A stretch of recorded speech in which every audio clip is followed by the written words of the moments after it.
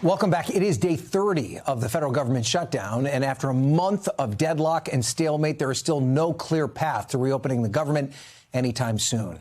But there are some fuzzy paths potentially emerging, as lawmakers say talks are happening between rank and file members on both sides of the aisle about trying to end the current mess by focusing on a bigger and broader and hopefully bipartisan appropriations process. But how quickly, if at all, those talks produce any actual concrete agreements remains to be seen, as some senators still couch the talks with blame for the other side.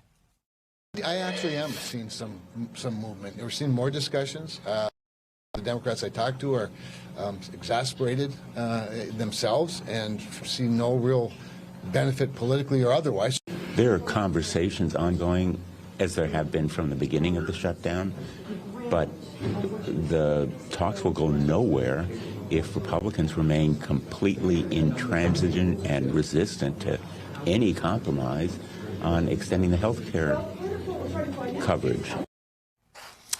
And as the shutdown continues, the country is barreling toward a food assistance cliff for tens of millions of Americans, with funding for SNAP, formerly known as food stamps, set to lapse for the first time in the program's history in just 2 days. Yesterday, a Democratic standalone bill to fund the program was blocked in the Senate as Democrats slammed Republicans and the president for not taking action. Trump is telling 15 million hungry children, eat dirt. Trump is telling 1 million hungry vets, eat dirt. Trump is telling 8 million seniors who are hungry, eat dirt. He is prepared to let millions and millions of children and their parents and grandchildren go hungry because he sees maybe there is a political gain. This moment isn't just an economic failure. This isn't just a civic failure. This is an utter moral failure for the Trump administration and MAGA Republicans. More than 40 million Americans rely on SNAP, and at least 10% of the population in 33 states receive benefits through the program.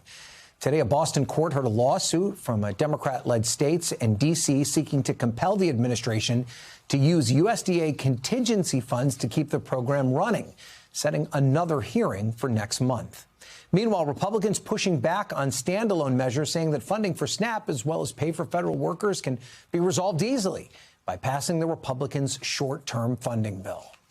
The SNAP bill that they tried to use yesterday was not just a cynical political ploy to insulate themselves from the consequences of their own actions.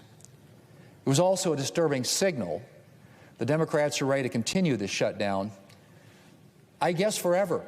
The simplest way to end the pain and the simplest way to make this stop is for the Democrats to do the obvious and right thing and vote for the nonpartisan funding measure so that we can turn everything back on. Joining me now from Capitol Hill is senior national political reporter Sahil Kapur. So let's start, Sahil, with this potential path out of the shutdown. Who's talking and how seriously are they talking?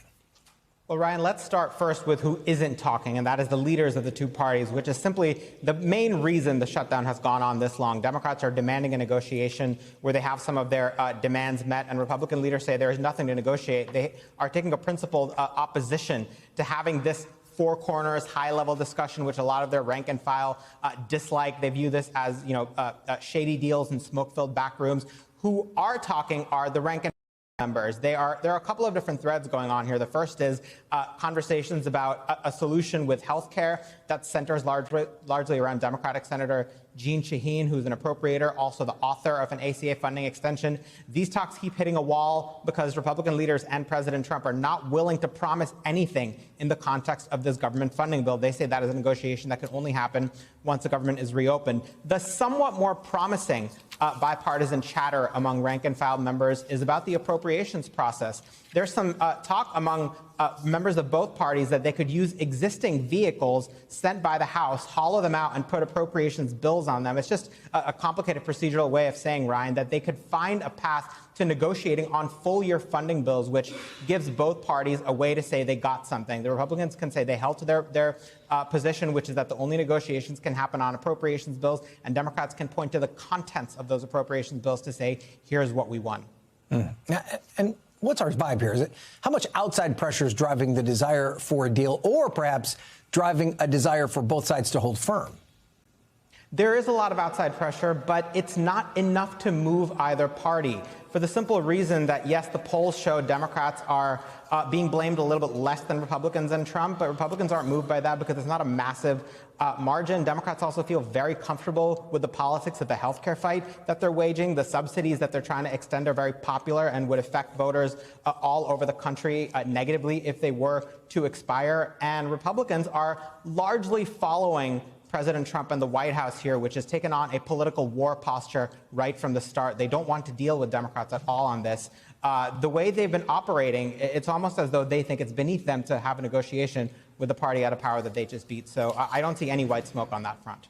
And Sahil, I'm sure you get this question more than any other question, just like I do.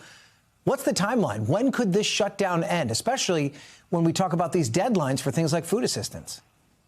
The truth is nobody knows, Ryan, as you and I have told people, who have asked us when this is going to end. But I do think in the next few days, the pain is about to reach a whole other level.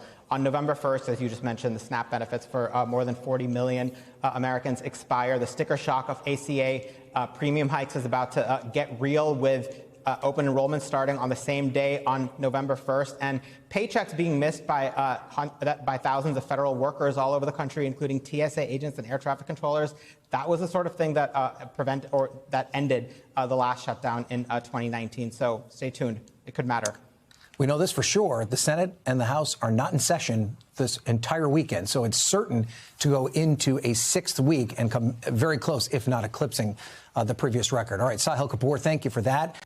We thank you for watching, and remember, stay updated on breaking news and top stories on the NBC News app or watch live on our YouTube channel.